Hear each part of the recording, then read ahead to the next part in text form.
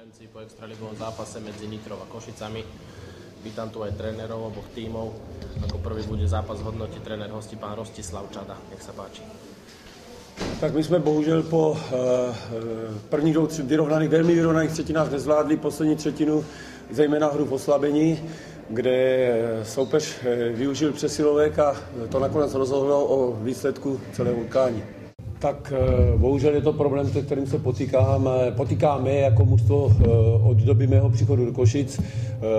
Podílí se na tom určitě i zranění, že? My jsme hned v úvodu utkání dneska přišli o Vlada Draveckého a Marcela Šimurdu, takže přijeli jsme už tak ve zredukované sestavě, protože nehrají dva velmi důležití hráči pro to mužstvo, jako Juraj Fajt a Jarok Míť. V Žilině se zranil navíc Michal Šeda, takže my hrajeme s minimálním počtem hráčů a bohužel tady s touhle situací já jako trenér se potýkám od doby mého nástupu. Když skončí zranění, šatnou projde chřipková epidemie, když skončí chřipková epidemie, nastoupí zranění. Takže hlavní příčinou tady těch kolísavých výkonů je neustále boj tady s touhletou situací. Nijak nás to moc neomlouvá, ale něco to vysvětluje. Budeme se s tím muset před dalším utkáním porvat dál, protože budeme mít problém dát dohromady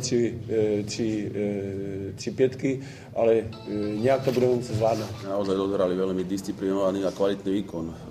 To víťazstvo naše je, si myslím, plne zaslúžené, lebo chlapci dodržiavali veci, ktoré sme si povedali pred zápasom a na tom ľade to bolo cítiť a som veľmi rád, že sme pobavili nitranských fanúšikov nad Mikuláša, ale ja jednoducho musím spomenúť, nedá mi to, keď sme všetci profesionáli, keď tréneri pripravujú mužstvo k zápasom, keď hráči odvádzajú jedného, druhého mužstva svoju robotu, ja si myslím, že aj ten jeden človek by mal byť tiež profesionál a mal by si niekto vstúpiť do svedomia, lebo aj my sme robili fauly, aj super robil fauly a malo by sa to pískať všetko.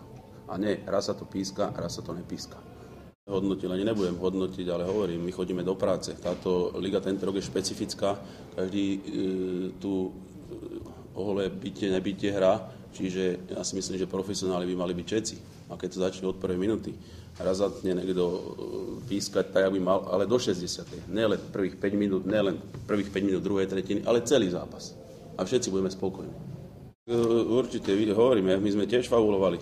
Tí fauly boli odpískané. Ja sa vôbec nebudem sťažovať, ale